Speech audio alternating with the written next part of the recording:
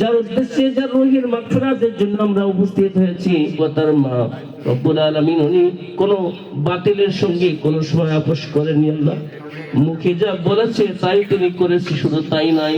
গণতন্ত্রের মাতা আপসহীন সাবেক প্রধানমন্ত্রী মরহুমা দেশনেত্রী বেগম খালেদা জিয়ার রুহের মাগফিরাত কামনায় মিলাদ ও দোয়া মাহফিল অনুষ্ঠিত হয়। বিশেষ প্রতিনিধি মোহাম্মদ আবুল কাশেমের পাঠানো প্রতিবেদনে দেখুন বিস্তারিত। গণতন্ত্রের মাতা আপসহীন সাবেক প্রধানমন্ত্রী মরহুমা দেশনেত্রী বেগম খালেদা জিয়ার রুহের মাগফিরাত কামনায় সাতক্ষীরা জেলা বিএনপির উদ্যোগ মিলাদ ও দোয়া মাহফিল অনুষ্ঠিত হয়। এতে বিএনপির সকল পর্যায়ের নেতৃবৃন্দ উপস্থিত ছিলেন। আল্লাহ রব্বুল আলামিন এই মুহূর্তে মরহুমার জন্য আমরা দোয়া করি, আল্লাহ তার জীবনের तमाम গুনাহ খাতাগুলো তুমি maaf করে দিয়ে দাও রব্বুল আলামিন।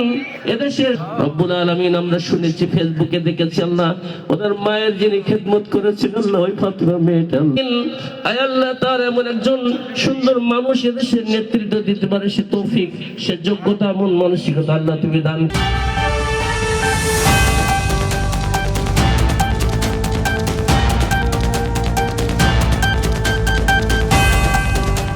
BK টিভি, যেখানে সত্য কথা বলে।